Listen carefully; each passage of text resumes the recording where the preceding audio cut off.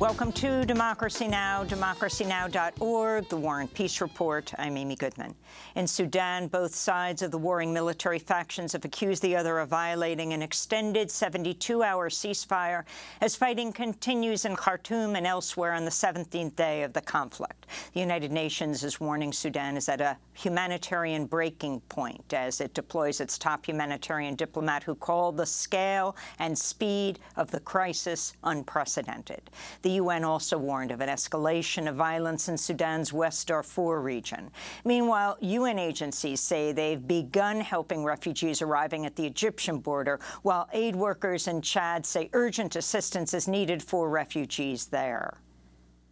If we fail to act now, it will be too late. The rainy season is coming in a few weeks, and if we don't provide any assistance to the people, the road will be blocked and all the refugees here will be stuck. People in the capital, Khartoum, are facing the dangers of war while grappling with worsening shortages of essentials. We hear the sounds of artillery from this side. It can fall on the street in the front or the one behind. We have to sleep on the floor. There is no water or electricity. There is no food. All shops are closed, and the ones which are open sell products at expensive prices. We hardly eat what is enough for us. We only eat one meal per day so that the little food supplies we have are enough. In the occupied West Bank, Israeli troops shot and killed a Palestinian teenager during a raid this morning on a refugee camp outside the city of Jericho. The Palestinian Health Ministry reports 17-year-old Jibril Kamal was fatally shot in the head, 6 other people wounded. This follows the killing of 16-year-old Palestinian Mustafa Sabah near the town of Bethlehem Friday. He was shot in the chest by Israeli troops. So far this year, Israeli forces have killed more than 90 Palestinians. Tunisian Coast Guard said Friday they pulled 41 bodies from the Mediterranean Sea, raising the total known number of victims of migrant shipwrecks to 210 in the past 10 days. Boats transporting refugees to Europe, mostly from sub-Saharan Africa, Syria and Sudan, have been leaving in higher numbers from the Tunisian coast in recent months due to a crackdown on the boats by Libyan authorities. A worsening economic crisis in Tunisia, as well as racist comments against black Africans made by Tunisian President Kais Saied in February. In Paraguay, conservative Santiago Pena, a former International Monetary Fund economist, has been elected president. Pena's victory keeps the South American country under control of the right-wing Colorado Party that has ruled Paraguay for at least 70 years. Pena opposes abortion rights and same-sex marriage. He served as finance minister from 2015 to 17 under the presidency of Horacio Cartes, whose government was accused of widespread corruption. Pena has vowed to strengthen diplomatic relations with Taiwan and has said he plans to relocate Paraguay's embassy in Israel from Tel Aviv to Jerusalem. In Washington, D.C., hundreds of climate protesters rallied Saturday seeking to block entry to the annual gala dinner of the White House Correspondents Association. The protest was organized by the youth-led direct action group Climate Defiance, which is demanding President Biden fulfill his campaign pledge to stop fossil fuel extraction on public lands, a promise Biden has repeatedly failed to meet. Joining Saturday's action were Tennessee State Representatives Justin Pearson and Justin Jones, 2 black lawmakers who were recently expelled from the Tennessee House of Representatives for leading a protest for gun control inside the state capitol. This is not a moment, this is a movement. So we've been up here fighting, saying that we are in a state of emergency in this nation. We're fighting fascism, we're fighting a system that is trying to put the profits of the gun industry, the profits of the fossil fuel industry, the profits of for-profit healthcare over the lives of our people. Yes, sir. And so we must stand together. We must let them know that if you come for one of us, you come for all of us. Montana's Republican Governor Greg Gianforte signed a law Friday banning gender-affirming care for transgender minors, making Montana at least the 15th state to ban or restrict such care. The governor enacted the law despite his own son, who's non-binary, lobbying him to block it.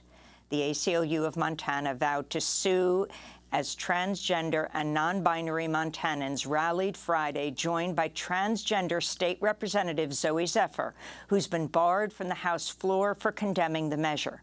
You can see our interview with Representative Zephyr, as well as Tennessee Representative Justin Jones, at democracynow.org. JPMorgan Chase is buying First Republic Bank's deposits and most of its assets after the bank was taken over by California's financial regulator. It's the third U.S. bank failure since March and the second largest in U.S. history. First Republic lost $100 billion in deposits during a bank run in March that followed the collapse of Silicon Valley Bank. 3 of the 4 largest U.S. bank failures have happened over the past 2 months. In Texas, the man accused of killing 5 of his neighbors, including an 8-year-old child, at their home in the town of Cleveland Friday night is still at large, despite a search involving at least 200 police officers. Authorities said the suspect walked next door and shot the victims with his AR-15 semi-automatic rifle, execution style, after survivor Wilson Garcia asked him to stop firing rounds in his yard as the loud noise was keeping Garcia's 1-month-old baby awake. Garcia's wife, Sonia Argentina Guzman, and 9-year-old son, Daniel Enrique Lasso, were among those killed. Garcia and the family also called the police at least 5 times, but help never came. This is Wilson Garcia. One of the people who was killed saw my wife.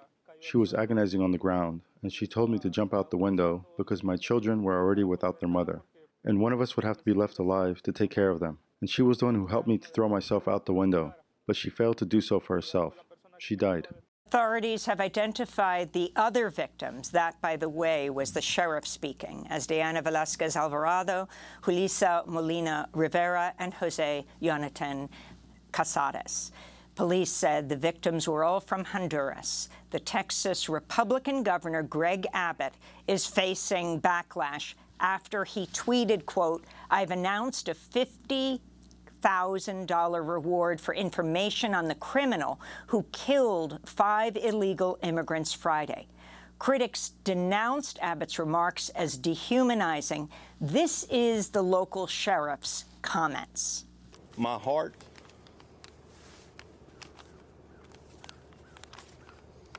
is with this 8-year-old little boy. I don't care if he was here legally. I don't care if he was here illegally. He was in my county. 5 people died in my county. Colorado's Democratic Governor Jared Polis signed new legislation Friday to help curb gun violence 5 months after a mass shooting at an LGBTQ nightclub in Colorado Springs killed 5 people. The new laws raise the minimum age to buy firearms from 18 to 21, establishes a 3-day period for gun purchases, expands Colorado's red flag law, and makes it easier for gun victims to sue manufacturers. Gun rights groups have already sued over the first 2 measures. Meanwhile, a federal judge temporarily blocked an Illinois assault weapons ban after plaintiffs claimed in a lawsuit the law violates their Second Amendment rights. And workers around the world are in the streets for May Day rallies marking International Workers' Day. In France, unions say 1 million people could march as part of ongoing protests against President Macron's pension reforms. In Turkey and Pakistan, authorities have blocked some rallies in public places. South Korea saw tens of thousands of people turn out for its largest May Day gathering since the pandemic started. We are in a situation where the existence of our labor unions are threatened due to the suppression by the government and the capital. We are fighting to create a world where there are no more temporary workers. We will fight strongly to improve the legal system so that government policies guarantee workers' rights. And those are some of the headlines. This is Democracy Now!, democracynow.org, the War and Peace Report. I'm Amy Goodman.